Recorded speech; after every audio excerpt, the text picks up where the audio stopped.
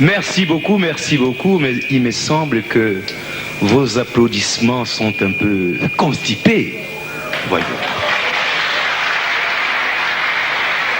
De prime abord, je tiens d'abord.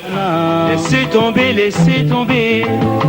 Pensez la wana, laissez tomber, laissez tomber. Pensez la wana, laissez tomber. Et j'allais wana.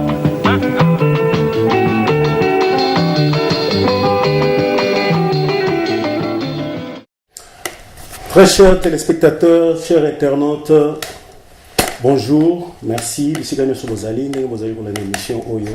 Vraiment, tout le monde merci. Nathan Oyo beaucoup mettre en place pour nous l'émission Oyo. Toza Toyeli Soussou avec notre invité pour nous continuer. Deuxième partie à l'émission Tosala qui la fois passée, autre consacré sur la musique congolaise, donc l'historique de la musique congolaise. Pour la récapitulation, il y a on a parlé de l'origine de la musique congolaise.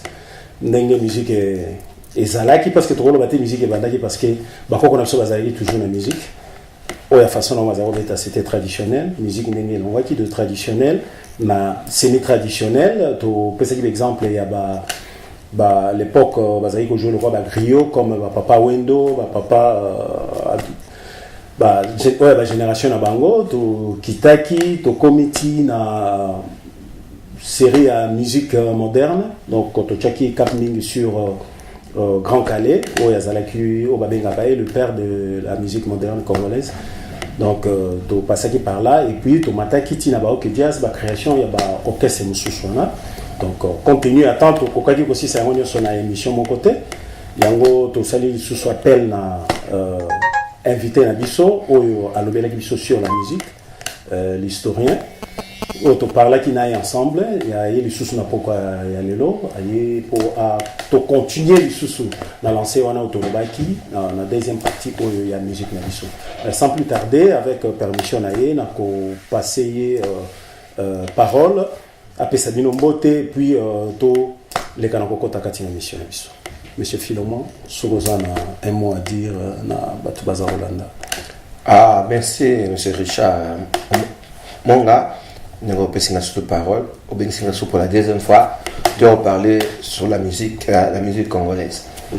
Nous avons passé une introduction à la émission du Bosso, musique traditionnelle, début de musique moderne, avec plus sur le fondateur de la musique moderne, le grand Kabassé de Tchamala, du Grand Calais. Alors, tout ce qui a fait en années 60, tant que on orchestre les jeunes, jusque-là, en tout cas, on a dit en tout cas, c'est pas le même que son héros, tout continue à le sous tout qui est et là, on a une salle de musique qui est des cadences et côté Makassi. Il y a un thème, et puis il y a un musicien renommé, hein, et puis il y a mais sanité comme la musique actuellement, destruction musique, il y a un peu ça. Comme mission ne sont pas si. Parce que tu as vu que la musique est véhiculée à Mayele, est véhiculée à unité à Batou, est véhiculée à la culture. Et on fait partie de la culture. Le peuple vivant. La musique congolaise, je dis que comme une musique africaine, pas seulement le Congolais, parce que tout le monde est. Parce que la musique n'a pas de frontières. Tout le monde commence à s'intéresser à la musique. Il y a Congo, il y a combien de radio africaine. Partout. Nous sommes en Aïwo, le Lingala, on a ajout ma musique, Manze Lingala. Alors, tout le monde, côté où il a signé. Alors, il y a un camarade de Bagaya, voilà. Alors, nous sommes à l'Oba, Toko Bissaroga. Voilà, merci beaucoup, monsieur Philemon. Na briefing no Pessi Oyo. Donc, sans plus tarder, na Olingato Kota. Donc, on a l'obaki, to parla qui sur la musique. Toye, to kiti, to tali, la génération Oyo, landani la musique. To l'obela qui sur la création OK Jazz. To parla qui sur Grand Calais. To parla qui sur l'African Jazz. To parla qui sur Rochero. To parla qui sur Docteur Nico, la génération Ananionso, Oyo, bêta qui musique à l'époque, Oyo, Bazaï, le Kola, Toko, Bengabango, pionnier, il y a musique congolaise moderne, oyo bamemaki musique wana pe baye kopesa goût na ba génération oyo elandaki bango na nsima bango pe bazwaki goût wana ya musique bango pe baye bakota na kati ya musique. Bon, tokomaki na vers les années 60 et puis début 70 toye komona un peu explosion encore il y a musique et puis toye komona moi génération mosusu ye ko se créer génération moko ya moi sika to moni de jeunes baye bango pe balobi ba comme on dit en lingala ba mekola ba kulutu na bango bango pe bayaki na moi ba mouvement na bango moko wana mais avant to koma nanu na mouvement wana ya ba jeunes oyo tozo ko caractériser en mingi na zaiko bango ne bayaki na avant wana na limaki to zonga mwa muke parce que na époque wana na ba 60 fin 60 début 70 il y a eu aussi des orchestres au pe ba mekaki il y a ba génération sous azaki un peu pas vraiment du zaiko et pas vraiment de genre OK jazz créé il y a eu d'autres orchestres qui créé en parlant de quoi citer les tiba Batuzaina il y a eu des négros succès d'orchestre on est bima qui bon est-ce que au quoi kolobé la bisona nous sur la création il y a ba orchestre wana ndenge salemaki avant to kotana ya la génération ya zaiko négros succès salamaka Vicky Longo qui initiateur nango papa Vicky Longomba tant longo la deuxième na OK jazz première fois longo ka o ya table ronde la 60 à cause la 65 azonga pour la deuxième fois tant kwame ya longo ya zonga asus o baba nzima aymanzima ya nini koso pouvoir azonga ki après ça ayi longo a longo bon ça qui le vit d'Isaïr si on t'a créé quand le koso ka négro succès et ma chaîne d'ailleurs vieux Moujos pas quand même qui a un gros succès on est quand même trop jeune voilà dit les cas franco si on bavo Marie on a fait un accident à Mutuka va fait Bolène va faire Gaspi va faire Alfonso va me ça là négro succès na et 68 et ça là qui époustoufle comme ça en tête des fois parce que bavo Marie mo yebibo comment dirais-je et le quoi de qui est spécifique par la guitare guitare naie et puis beauté naie on qui fait bavo Marie besoin même problème dans un certain joueur dans bisomo Umba Kembo il y a vite à ce pays de part il y a 74 comme ça moi c'est là moi si devant même Franco avec la choité parce que on a joueur naie tant Franco président et vita on a ce qu'on est naie babunda même pour la moitié et ça rappelle un moment où composer parce qu'avec les grands compositeurs pour l'époque bato simazo composer mingi quel est là bato sima drummer bana ba composer mais tant voilà tant ayeminze moi contre Kembo moi le bango directement exactement interdit abi yo Jacques aussi obomi mboka likolo ya songi yo olingi ozwa loposo nanga ya nzoto pe osala mbunda kasi olonga te na yoki pe mingi kasi na kipete bomoi nanga nyoso epai na Louise omoni abwaki mbwakela mais avec un respect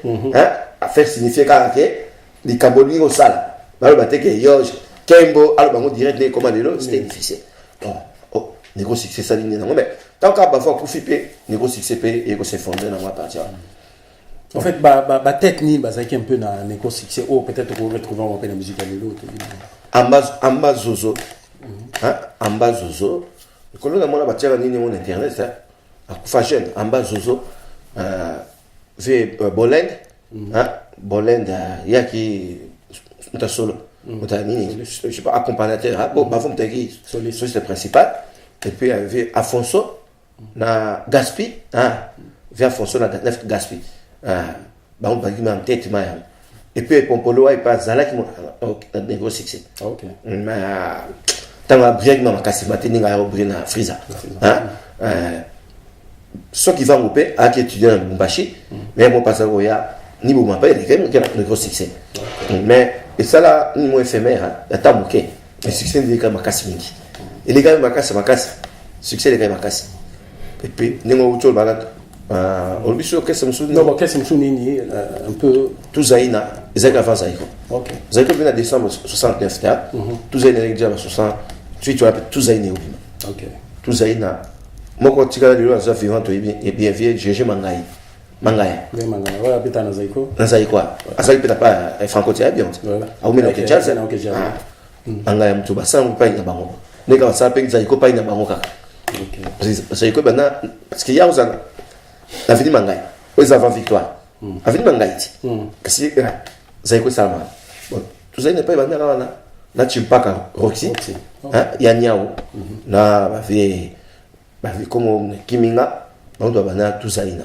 Et on peut ça dire mouké mais ça a makassia makassi vraiment bon qu'est-ce que révolutionnaire qui musique sous makassi en il y a quoi ça relais il y a Afrique fiesta badina kala ba on est bon on avait aussi parlé à un moment dans orchestre moko Los Nikelos bon on va dire évoluer bon on va dire qui étudiant na Porto na Liège na Belgique ba étudiant ba mayele mi étudiant parce que oncle nanga oh maman nanga landaki oncle Albert il y a azaki musicien mais il y a quoi azaki étudiant à Louvain à l'époque et pas on a fait pas na Potokala il est passé membre de Los Nikelos et il va faire Zizi Zanga Zizi Zanga n'est plus sur ça obi moto Olivier Moto non na ba ok Zizi Zanga zaki vena ni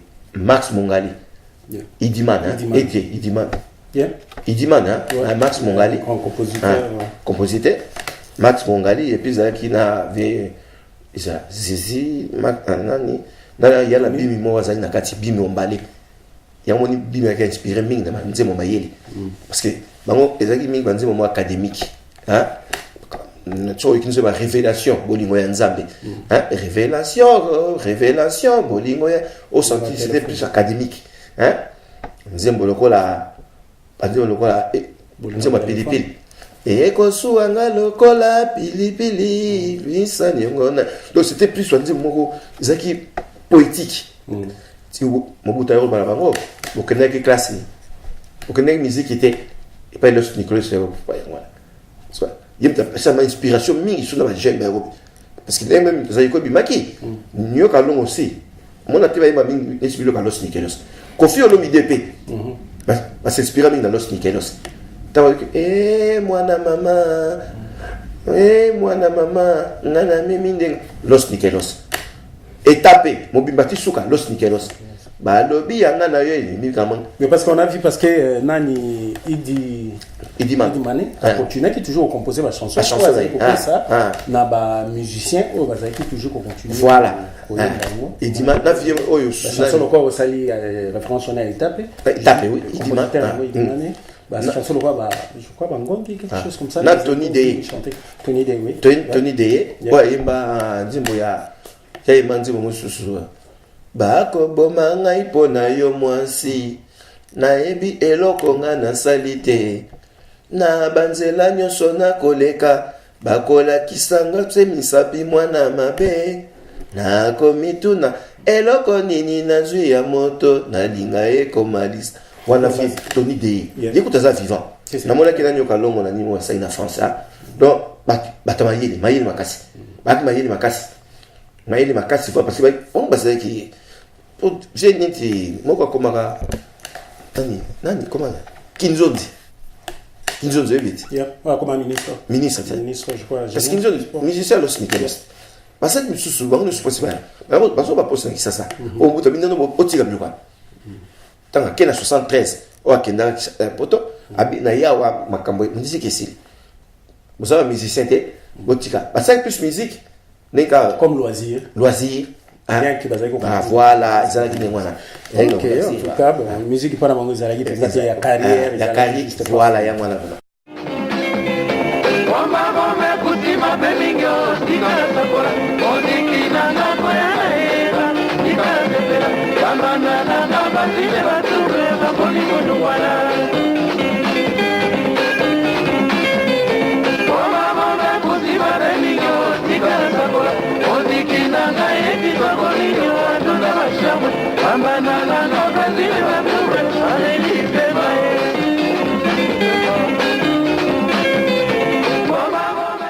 Ok, sikoyo tomoni ndenge bon question na mususu ezali ko évoluer tout on ezali kaka juste tout le cas moi pemeli poto mentionner pe bango parce que basalaki pe époque wana basalaki pe bajoli pe musique na bango.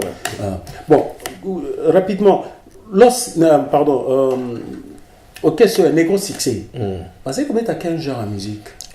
La musique c'est presque net, il y a ok jazz ou bien zalaki bazaki na comment qui est différent et qui différent bah rachine ça qui moi ma casse et c'est qui moi différent au senti à net nzembo ya moi na 15 ans où il sera ma succès hein ngai na ko luka moba ezaki éducatif parce que personne ne doit comprendre que là c'est ça que là c'est pour la musala hein homme nouveau, femme nouvelle, émancipation. C'est pas émancipation de la femme. Ngai nakoluka mobali yo. Netimwa mo sazo. Avana nanga nzambe. Ngai nakolela la vie nanga.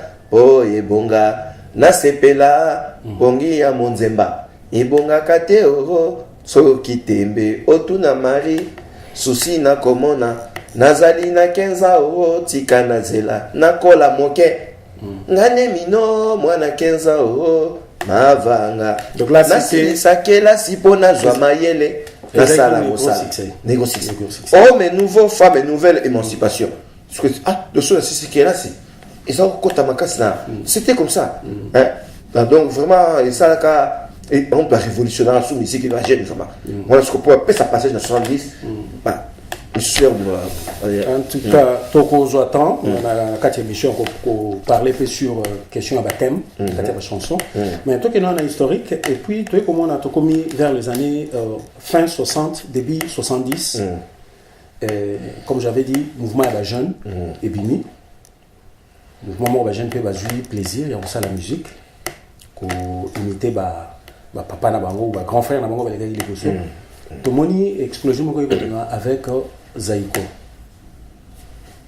et Botami, tout le monde est jeune, Papa Wemba, à l'époque Jules, Nyuka Longo, Jossa, Manouakou, c'est consulté, Sali Zaiko. Est-ce que tu peux un peu nous parler sur comment la création à Zaiko et Salima Kanenini, Anenini et Banan Zaiki, créateur de Zaiko?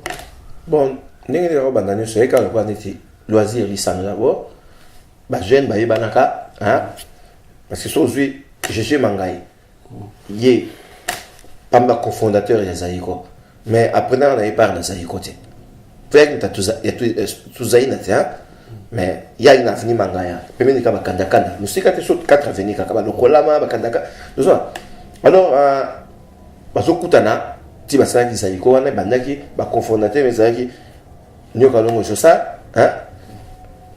Gilles Wembadio, hein? Une personne comme Gilles Presley à l'époque, pour Elvis Presley, on balait Bimi, mais voilà, ça a un tour maintenant, hein? Pepe Feli, Manouakou, hein? Soliste, Landou Tedu Soukan, hein? Les grands compositeurs, il y a, hein? Zamwanga Nainok, hein? Bamanti Mamayaki Sima, hein? Là, Pablo, Tamakangi Meridio qui est cofondateur, hein? Vieux Meridio. Ma voix la somme avec le vieux Devemonda. Devemonda, les fondateurs, oh, Ntambonda, hein? Donc, Gina et Fongaye 71, une année après, hein? Et puis il y en a ma voix la somme, qui s'y met, hein? Et Voloko, oui, parmi les fondateurs, hein? Et Voloko Antoine, donc, Banda Karana, orchestre des jeunes, et Banda, et puis Mika na Hawaii, na Bongolo, hein? Na ba boka wa izalaki wana ko ba nzembo ya liboso ne ba mosinzo oya kidi suka na tunejo sara succès nyoka donc hein ba nzembo ya mama ya wana na ba numérita ça ikope ko baka netije et ça so ezu relene ti ya tuzaina parce que ils marquent le quoi tuzaina. Oui, pratiquement parce que Zalaki, changement presque total, il y a façon à jouer musique. Voilà. Parce que tout le monde est Zalaki, quand tu prends Zaiko, tu prends OK Jazz, il y a une différence. Quand tu prends Zaiko, tu prends African Jazz, on sentit qu'il y a une différence dans la musique. Parce que ils ont éliminé soufflet. Voilà. Souffle Zaïki Souté. Trompette, vraiment. Zalakité, la Zaïko. C'était un peu rare. Et puis, ils ont apporté la danse. Danse. Innovation. Ngwabe, chauffé. Ngwabe, chauffé. Donc, basobina, mouvement ezali makasi na nzoto ya kobina a par rapport bavie ya kala bazoyima kobina te bazo peut-être déplacement kaka ezali différence kwa yaki yango alors bajeune toujours bajeune à l'époque jeune déjà ezali 15 ans jeune 16 ans jeune pour le jeune comme 50 ans donc moi débilité mentale là de tout comme moi retard moi maturité quoi parce que bajeune toujours bana surtout on parle de 69 70 mais nous quand en 53, il avait 17 ans. Et Voloko, il avait 16 ans. Autant coup de la télé. Hein? Ça. Donc, moi, parce que tant qu'on est même à l'époque, toujours, Rocher n'avait pas 30 ans encore. Mais tu as déjà témoigné comme tout le monde. Ma fille, il a 30 ans. Il a 30 ans, fille. Pourtant, Franco est à 38. Il a 70 ans, il a 32 ans. Rocher, 41, il a fait 9 ans. Mais tu vois, tu vas vieillir. Mais sur le point de vue vieillir, il faut avoir 70. Donc, ils avaient déjà acquis la maturité, bien avant. Ils m'ont dit que le président déjà a 40 ans. C'était aussi dû à l'environnement. Environnement, exactement. Le système éducatif et tout dans l'ensemble. Déjà, chef de l'État, déjà, il a 40 ans. Chef d'État, mon bout, il a 40 ans. Donc, tu vois, tu sais qu'il a 38 ans. Et tu déjà tout le monde va dire, donc l'orchestre Zaïko a subi un peu ma mutation ébélée. À partir de l'orchestre Zaïko et Zaki Lokola noyau moko. Exactement. À partir de Zaïko, tu vois comment on a une explosion. Il y a la concurrence. Il y a ba orchestre. Zaïko donc tu vois le grand-père, il y a ba orchestre et Kolanda. Zaïko a boti ban ébélé. Est-ce que tu cocotte un peu peut-être moi arbre généalogique descendant à Zaïko parce qu'on a vu première crise au Zaïko Ezouaki tout le monde qui 75 tout sous bakendaki bakendaki wapi bakendaki pour former nini bakendaki wapi c'était qui batuni bakendaki voilà Zaïki bataillon tekendaki ma troupe d'élite bakendaki. Est-ce que bana yo bakendaki va mentionner biso ba papa bakendaki on a papa manenza te Gilles ou Badio akei ma voix la somme akei évolue comme un joker akei na attention avant déjà wana musicien mo qui passe et fonga il se confeta Gina Gina je fati appelle la maladie ya tout à côté qui me garage on t'a remplacé avec ce que boziana on t'a envoyé na bozi évolue quoi voilà boziana minzoto voilà minzoto comme un apogée n'est comme un sur 81 c'est à quand est un des mandats comme il y a donc besoin là évolue quoi minaï évolue va proposer le quoi Gina zate yé ai bato yemba évolue yé mon bozia ba ko to ke misu bazo bune tia yé ko yemba abandi ko yemba là-bas tant que ke wana ba ke ça il suffit le coller ba ke na bozi à quelle année 75 okay. Il suffit le coller Zaïko et Pesaki rôle mais côté instrumental Mouta déplace guide ils étaient toujours fidèles juste les chanteurs mais chanteur comme tu tire qui nyoka long on te tire là yemo ay ba jusqu'au Mouta machaka de yazo beta jerk enlever les rideaux à Zaïko na mailika la kanda kana fait banda mutuma beta jerk James Brown mo we ba beta ba Mouta Brown parce que ba tu ba mati abando yemba bimi le quoi na voix bien le quoi ba kanga meridio ba kanga ya kenanga e café là a où maintenant il est café là alors il peut avoir soit Pablo il est Pablo Bakunde il est Pablo allez bimi siko ba mati na chant le quoi pas royer ba ni moi bien répétition ba non le quoi crise na ya chanter bimi mati avec aux likinga na empire ba kuba pa ppk ba jouer red likinga bangenza mais aux lengi lenga pa et tu sommes lukinji c'est tu sommes la chanteuse ah il pas il m'a quand même voilà mais comme na choqué dans choqué les baby boy le quoi va dire moi c'est et pendant déjà racine c'est il dit oh il ko bima bomi kuna yoka le coller pour te continuer boulot nini il suffit le pardon il suffit le coller il suffit qu'on n'a pas bakinaki basaka inana pamba ba kabona susu Bon. ba kabona na bango ba que ça yoka le coller il faut le pratiquer yemo il suffit le coller parce que yoka le coller peut côté bakinaki kuna et tomber que papa ba bakanga à côté makala boloko na boloko kuna moi gratitude moi ça m'a pas ma collègue d'ailleurs ba rota la été raka tangwa bimi alinga réintégrer au caisse c'était avec au caisse na ya wala mais au soit ça déjà plan que yé le wala kangi boy alungu pe kambala mo je sais pas si il a dit un succès parce que yé d'ailleurs il quand wemba c'est une comme nene un petit peu balungu en plein de concert Suzanne là batini mbuta mashakado parce que mbuta shakado pas moi qui ça quoi côté le quoi connaître babino longo là j'ai en plein concert mbuta mashakado abota papa ma micro abike à partir de lelo les chanteurs sur le badio to révoquer na kala ikaka ba kezo vona ko boka na kala ikaka lanko ya mbuta ko ka yaki et pas ya papa mba allez tango batama batunda vaisseau qui va bien petit donc ceux qui vont bela vont beta sauter mais tant après comme un boss à produire mais à jouer instrument spécial papa la voix disait le mois kuna ba eti na kanda ko ça ba interview dans ça recrutement musicien à ça que c'est vivre la musique ba encourager qui et pas rose jusqu'au musicien vivre avec moi là bipoli j'adore le cambodgien qui s'en en espérant na petit Aziza Zinaza hein ba bongo wende alors pas lita bembo ngoti tout au moins donc Zaiko ba na zo bota viva la peta wesabika inaneka comme malade le pesa ka ba ki sala car musiqueamisho balongo ba bipoli na ba cambodgien mais il me l'a monté ba zo sous viva la musique tu vois ainsi de suite kaka zo ba Au salut mention il y a Lita Bembo avec orchestre na Stokasa et bima ina nini 71 hein.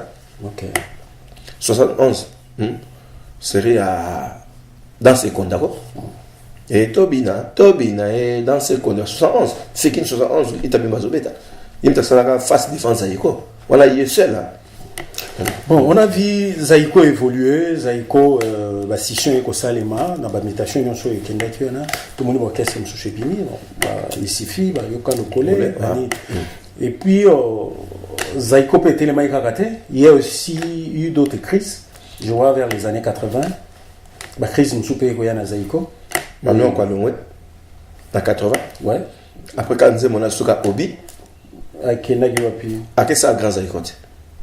OK ba bondela e tabi kolongwa te yo kolongwa te lokwa soki nani ana a monika kokina e bat musu atie poa manoka ça grand Zaiko quels sont les musiciens il y a recruté qui na grand Zaiko le combo Shimita de Fao na Joe Poster na Johnny Ken ils ont taina succès quand les cabarons ne ma oumela gite hein bon doit robima na grand Zaiko là mais malgré ça il passe OK c'est ça blague surtout tant Zaiko là surtout viva parce que viva ma gagné qui c'est qu'avant ça il m'a dit comme tout comment t'as mis Zaiko na viva ça viva auxaka moi choc tango visa 80 ba keboye Rico Star atika na quelques musiciens sur Batika ya papa hein justement on a parcours il y a Viva la Musica comme on a habité pour passer une expression un peu moins virissimo dans la musique na biso to au moment na Viva Play qui en plein succès la casse Viva Play et puis na style là Viva Play na style papa m'a créé style à part ninga Zaiko plus jeune quoi un style mon était bah ça paye le moins de moi parce que on va y côté ça na musique ah bah après vivre ko panzana susu to moni ba musicien mususu wa ko kende donc ba ke ko former langa ça bon avant que tu vois déjà Victoria dans wemba akepoto ko ba meke wemba les vagues ngunza carbone na baloma ma jekolonga hein ba yana ye kana fait kanga avion à Tripoli hein le quand fait donc pour quand te pour la bitumba charité au bout de soutenir qui il s'est nabré quand fait gukuni wade bitumba atinda centre d'entraînement des troupes aéroportées c'est à terre général Maïri en conférence avec au quand fait quand avion ya Zaire akangi wemba j'ai kolonga nandi toi moboti bon au moins wemba tant ça inane wana vive tikalaka que c'est comme magneti parce que y a désigné qui était mais ça réalité mon gars c'était lui mais que c'est ça qui mais parce que vive avec ça mais que c'est ça il a après une année ils ont mission d'attendre Liona il a après une année 78 dans début que c'est quoi ya dans des monades bosso milléna mais les gars ont eu belle deuxième question voilà c'est il fantastique faut mon gars les donc direct danser notre façon de regarder aux allées là charisme là ah Joe Kester voilà Nazindi mai bale na maboko manga mebra ngai ko babwakela ngali bobyo bapimela nga pemba lelo na koma kolia na nzonga ngai ko babwakela ngali bobyo bapimela nga pemba lelo na koma kolia na nzonga.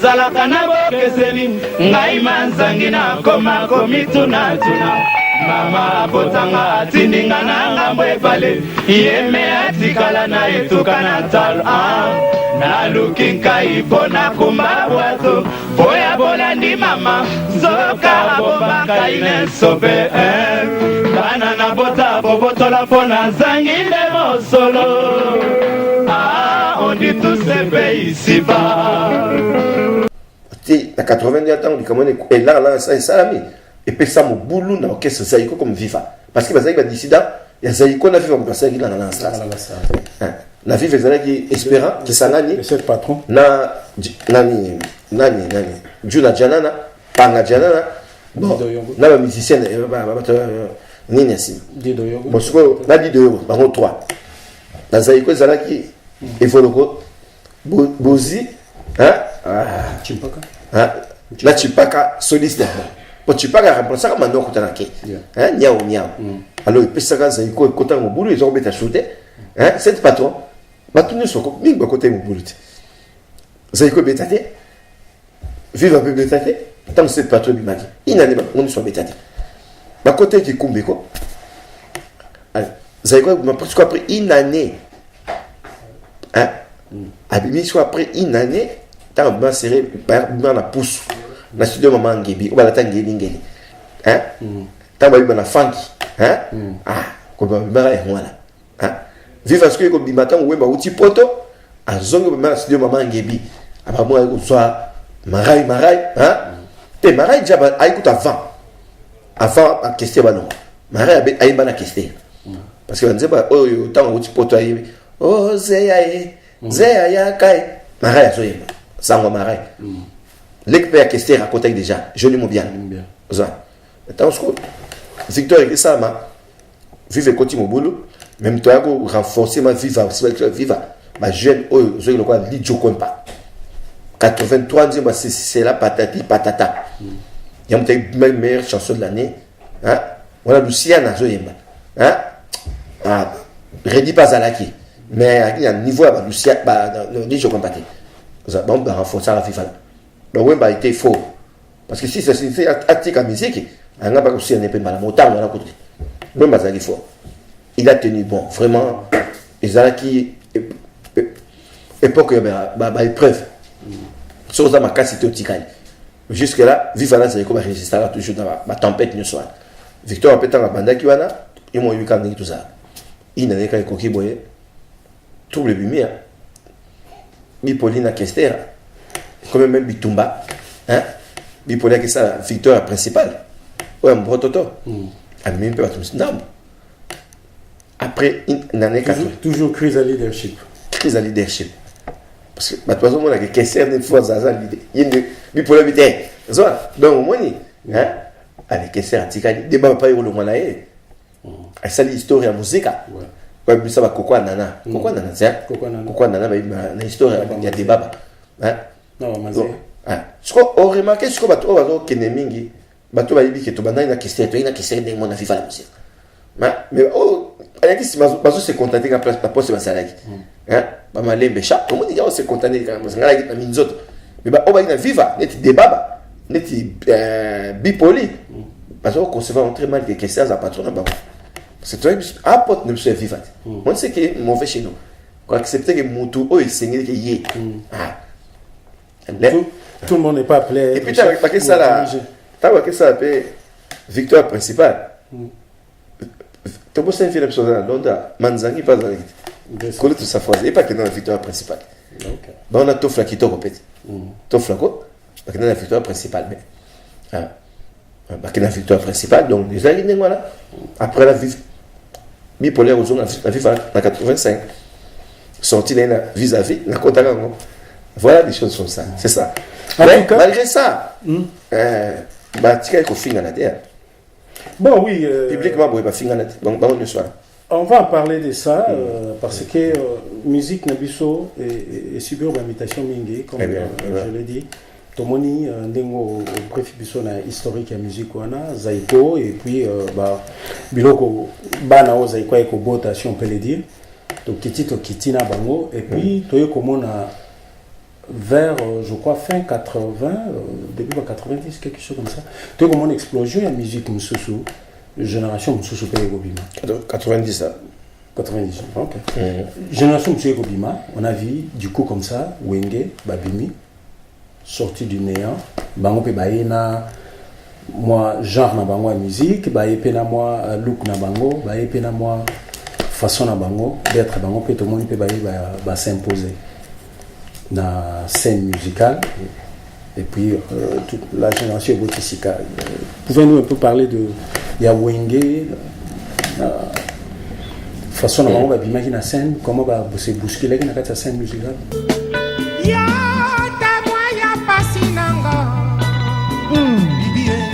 Nyamba ya sango na ebale bibie nyamba ya sango na ebale tamwa ya pasinanga botikanga na lela mama me ya culpa me ya masima culpa na komema bolingo na lilita na me ya culpa me ya masima culpa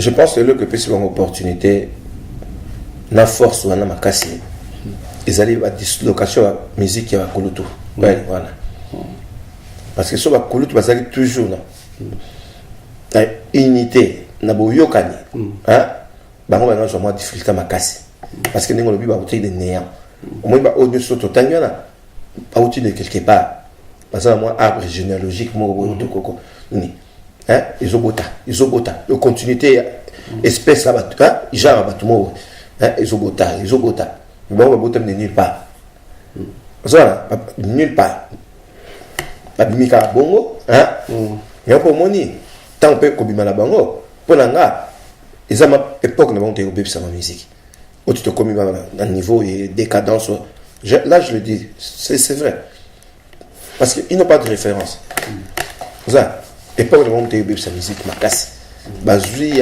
luzituana comment dire succession luzitu to utana ngo même na biso mais na musique na biso na ba bazui en mouvement. C'est pour ça que c'est difficile à maîtriser même mon allé ba kaboni jibena wera tant tabulay on a dans bien abayo kan sabango on a même ba réponse que sous pesa ki tabulay au tabulay alba na moko mwana na soki na modèle wana aoki na musikati pesa ka passe makasi justement au mona tabulay ndenge ba wemba mona tabulay te parce que wemba so na tabulay to yebi ndenge ni na swaka comme je ça comme Kofi Olomide babanga tabulay makasi ba yebi ko musalo to sali grâce à papoy mais au wana ndenge ba répondre qui est ça souvent directement place ma bouteille. Voilà. Ok, comme on touche un peu point on avance tout doucement vers la fin. Nanga un peu te parler un peu sur Babylone comme thème, la chanson, la musique. Parce que ceux qui totali pas Grand Calais, ceux qui nani neti nzembo moko ya Grand Calais, je veux piquer Laura Fontaine. Tu sais qu'il y a des conseils. Ouais, Papa Laurent, il y a des conseils. Aujourd'hui, banzembo taboulé. Il y a des conseils. Aujourd'hui, banzembo ya bandombo petou. Je crois voyage na bandundu. Makasi. Il y a des donc conseils ezalaki. Comparativement, il y a musique toujours au monde à l'élo et pratiquement il n'y a plus de thèmes. Il n'y a rien. Thème égalité, on prend la batterie, solo, voilà, il n'y a pas un message à adresser la batterie. Message constructif, éducatif, et ça. Bien qu'on danse la musique, mais c'est une. La musique pèse un moyen de communication, il y a batterie. Exactement. À partir de la musique, on peut éduquer la masse, à partir de la musique, on peut passer un message. La fois c'est ce qu'on attend. Justement. Pourquoi comment et ça dégradation dans la musique na biso to outil na musique moko ya politesse avec thème avec référence et tout au lieu to mata normalement c'est comme ça la vie to kendara toujours to mata mais nous c'est pratiquement le contraire, on fait plutôt marche arrière to le moins la musique wana ya bataboulé musique ya franco musique ya Grand Calais mais musique ya bazaïko na début bazaïko peut ça conseil mais c'est genre les gars mais il n'y a que des obscénités.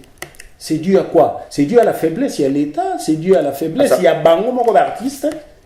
Bango sur l'ensemble. Où les gens deviennent pratiquement corrompus, c'est quoi? La faute incomplète. Et ça bango sur l'ensemble. Là l'État n'a pas acteur voilà, musicien.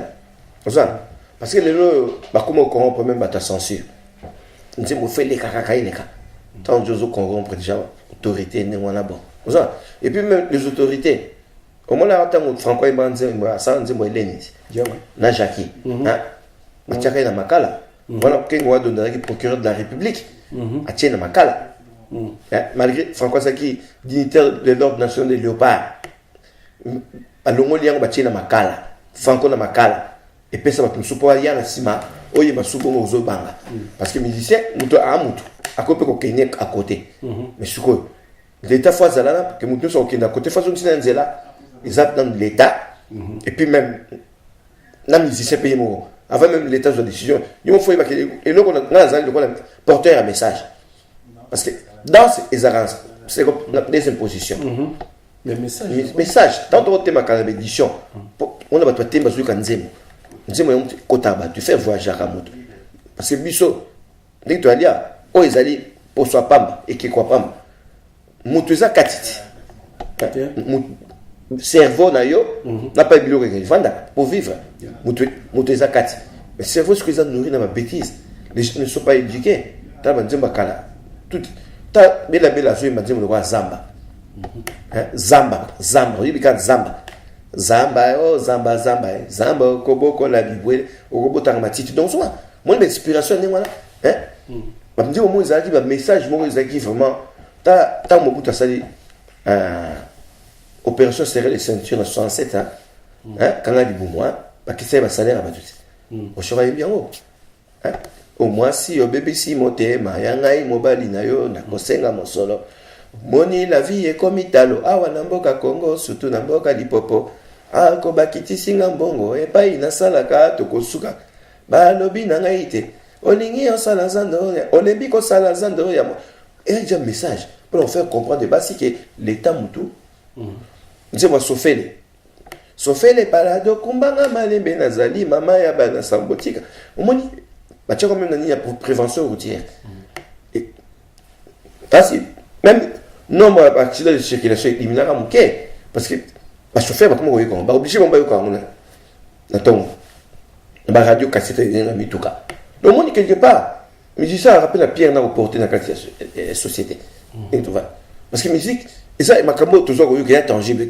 toujours sensible tant zo yoka ngo et so kota yo toujours zo pe éducation te to na kala école kasi mano baka professeur zo ba yo toujours kota yo te et comme so mayeli on a consommé. Donc vraiment, musique est allée comme et les éléments, et là on a quatre sociétés et qu'on dérouté batupé et puis si batupé est allé comme on peut ça batou et tout à l'heure yango voilà tout le monde a dans le pouvoir parce que nous allons makala na kofi mais il est vraiment auto comme on a lilo mais mon concert mon jiba betina Rio de Janeiro non moi comme Rio de Janeiro on a bandé dans le Brésil ok c'est là qui chassa pour dire checker au Rio de Janeiro parce que bas souvent c'est presque une carte t'as soit fille belle nzoto nyunyi so libanda babi dans le cas à ce que vous manipulez le monter t'as niveau ya ningwana mais sanité moko incroyable na on quoi ndoto na mutabmi le na mokili a on normal mais la biso mais na on quoi ndoto c'est plus les Zaïre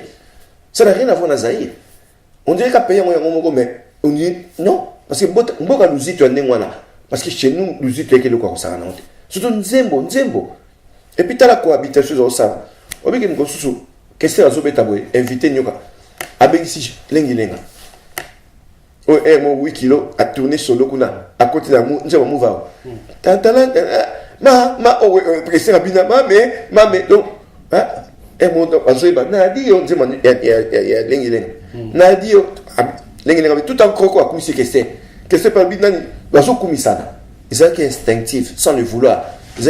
Donc, rivalité, c'était juste sur le plan musical. Non, sur le plan musical. Peut-être que Bina, Nini. Ça. Mais à part ça, bébé, qui va s'agir oui, bah, outil poto boyer. Mais contrairement à tout le monde a vu aimé. Inviter les Agina. Pour mon loft. Hein? Nancy Bolbini. Pour la pongo love, na baye. Ah, azo salito na yebo. Pour mon love, kufina koseka. C'était vraiment comme toi, c'est les cas qui m'a cassé. Amour, amour, bandana na yemo, mon continue biso. La continue ça et puis qui na biso nyoso on s'aimait les gens s'aimaient même la musique en tout cas qui ne ont même dans côté tala buta machaka nani wemba on m'a questé dans le tout à l'heure il y a na bipoli ba kamata pour la victoire maintenant on va petit Olympia oui ben avec ça bipoli avec ça bipoli et moi bon hein bipoli qu'est-ce que bini ah tu as ça fort hein ba kufanzo donc c'était ça c'est ça la vie fils de moi. La musique est comme un show bolingo, mais contrairement à la musique, elle est là. Elle m'a écouté dans ma casse. Vous voyez que ma mission soit ennemi, ça fait 15 ans. Est-ce que normal vous avez ennemi pendant 15 ans? Tu as bien aimé ma JB na Ouera, mais tu as la Franco na Rochelle.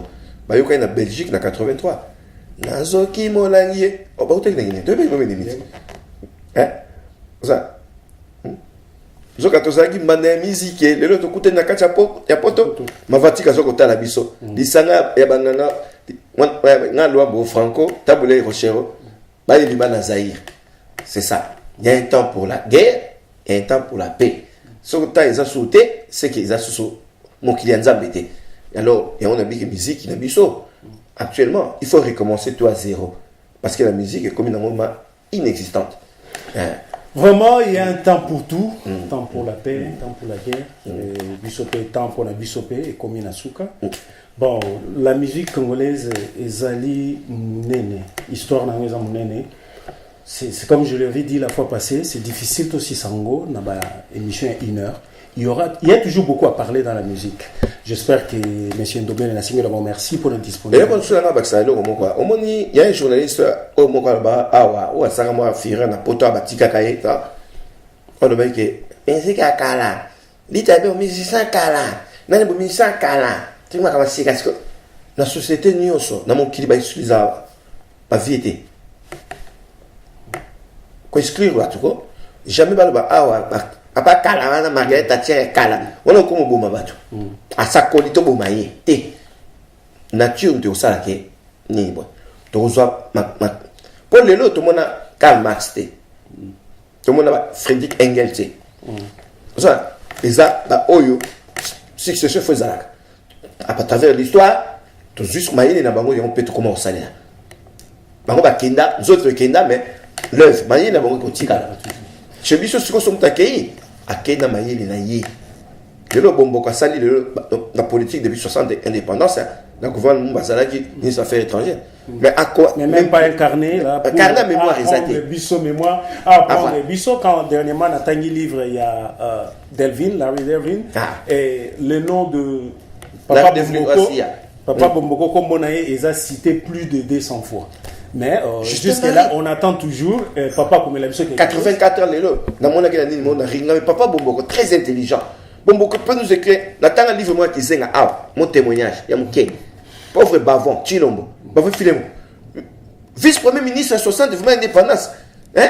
Ok, mais c'est Philemon. Il y a musique qui peut. Exact. On parle de la musique, tu peux un peu la politique. Bon, ceux qui sont chrétiens qui me disent juste comment on marche, parce que référence, ça sera toujours dans mon cœur. Nous, toi, as une référence. Comment n'est au quoi avancer, parce que ces ressources sera toujours dans la à partir de l'expérience, il y a des bisoto les canaux pour avancer. Bon, pour conclure, nous avons dit que mission musique à Congo, musique à Congo, c'est une histoire vraiment riche et vaste. Très riche. Bon, moi aussi, ça m'a alité. Monsieur Philemon, j'espère que vous êtes toujours disponible. Ouais. Pour continuer, pour parler toujours sur la musique. La fois prochaine, tu auras peut-être un thème pour développer. Comme on a déjà parlé de la généalogie à la musique,